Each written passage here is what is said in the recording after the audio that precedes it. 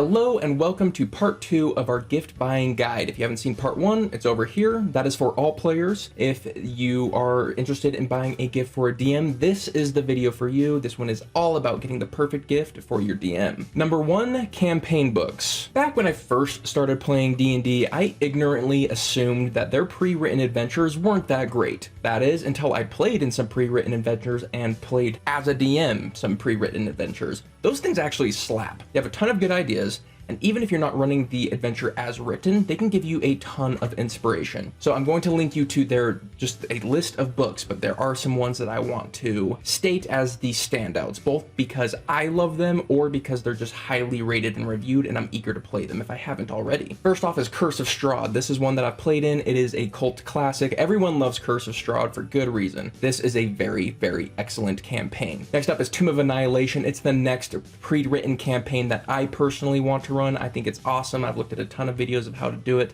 I think there's a lot of potential in that module. And finally, Waterdeep Dragon Heist. I know it's highly rated and reviewed. I have never looked into it because I don't want it spoiled because I want to be a player in that one. So no spoilers, anyone. Another great option for books is actually third parties who write their own books outside of Wizards of the Coast. A standout name among the third-party writers is Jeff Ashworth. Jeff has written 4 books with over 7,000 reviews, and he averages something like 4.9 stars out of 5 on those reviews. These are the books that I have personally asked for Christmas. I asked my roommate to go get me one of these books, so I am receiving this gift, so I think other DMs are probably going to enjoy it as well. These books are perfect for inspiring new dungeons, new NPCs. They even have a book specifically about creating legendary dragon adventures.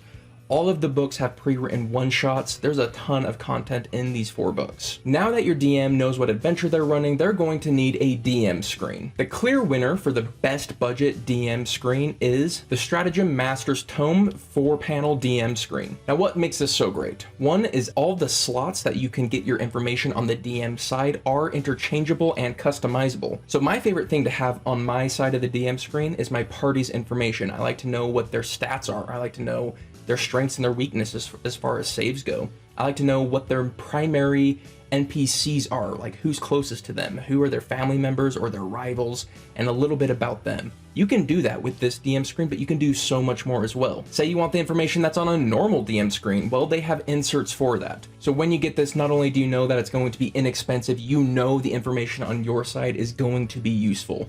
Really, really great. Now with your DM screen up as a DM, you're probably going to want a playmat. That way you can throw your minis on and throw your monsters on, and you can actually have some tactical combats that can go outside of the realm of imagination. It becomes a little bit more visceral. Now my recommendation here is the Tidy Boss starter set for maps. You get 3 different maps, each of them double-sided. So you get 6 different terrains with this one purchase. Not only that, I found it extremely annoying when I pull out my map at the beginning of a session and it's all curled up. Every DM is going to know what I'm talking about, but it like rolls itself up. These have some clips that are specifically designed to clip right on your map as you pull it out, and so it just lays flat right from the get-go. Really nice. Good quality of touch. An underrated aspect of these maps is they're actually dry erase maps as well as wet erase maps, so you can do whatever marker you want. I can't do one marker or it leaves bleed all over my map, so that would be really nice to be able to do the dry erase. Now the one downside to these maps is it's all grid. There is no hexagons. And personally, I do prefer hexagons, so that is a sacrifice you'd have to make to get all those other advantages. Now that we have a mini map set up, we need to populate it with our baddies. Now we could buy a bunch of minis, that is absolutely an option, but we have to acknowledge that that's going to take a lot of time and money, especially if you want them painted. An alternative solution is the D&D Campaign case for creatures. Now what this does is gives you a collection of heavy discs for the different creature sizes. You know, so you have medium, large, huge, so on. And then it gives you stickers, what they call clings, and then you cling the picture of basically the whole monster manual onto these plastic discs. You can then remove them as needed and then use them later.